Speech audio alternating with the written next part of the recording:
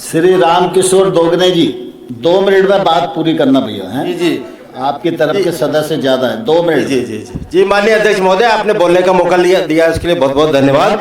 मैं अनुपूरक बजट के विपक्ष में बोलने के लिए खड़ा हुआ हूं और मैं बताना चाहता हूं आपके माध्यम से सरकार को कि आपने 3,67,000 करोड़ का तो बजट लेकर आए थे।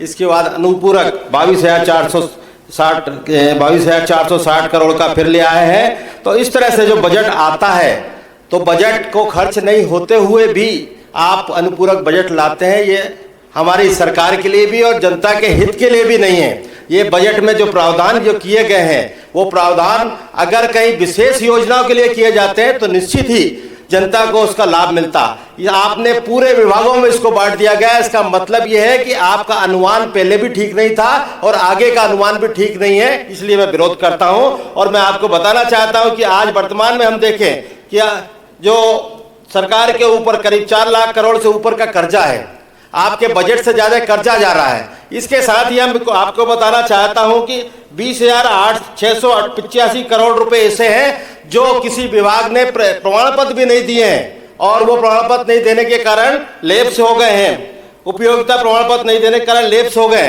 तो वो अनुमान कैसे लग गया था आपने 20,000 करोड़ रुपए हमारे नुकसान में जा रहे हैं, बजट में उपयोग नहीं हो पाए। इसी तरह का हमने देखा कि एक 687 करोड़ रुपए जो आपकी लागत किसी योजना आपने बनाई है और लागत लगाने के बाद लागत में जिसका समय सीमा थी हमारी कि 3 महीने में हम कंप्लीट कर लेंगे, 6 महीने में कंप्लीट कर लेंगे या साल भर में कंप्लीट कर लेंगे, पर कंप्लीट नहीं होने के बाद उसकी लागत बढ़ गई और लागत में आपने 687 करोड़ रुपए पेमेंट किया। ये दुर्भाग्य है मध्य प्रदेश के लिए कि इस तरह के आंकड़े अगर हमारे यहाँ आ रहे हैं और सरकार क्या कर रही है, सरकार क्यों नहीं देख रही है, ये सोचने की बात है।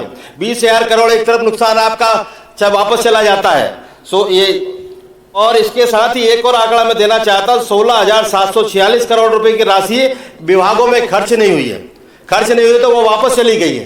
तो ये कैसा मैनेजमेंट है, कैसा मेंटेनेंस है आपका, ये सोचने की बात है। मेरा आपसे ये अनुरोध है कि इस तरह का नहीं हो, इसको समय पे आप सर्वे करें, समय पे जांच कराएं और अधिकारी को चेताएं कि बजट का ऐसा दुरुपयोग नहीं हो। ये जनहित का बजट है, जनता से हम टैक्स के रूप में पैसा लेते हैं और विकास के रूप में देते हैं। ये जनता का पैसा है, न कोई विधानसभा का पैसा है, न मुख्यमंत्री का पैसा है, न मंत्री का पैसा है या प्रशासनिक अधिकारियों का पैसा है। ये जनता का पैसा है, जनता का टैक्स के रूप में हमारे बीच में आता है और हम उसको विकास के रूप में देते हैं, पर विकास में जाना चाहिए, ये हमारी उपयोगिता होना चाहिए। इसके साथ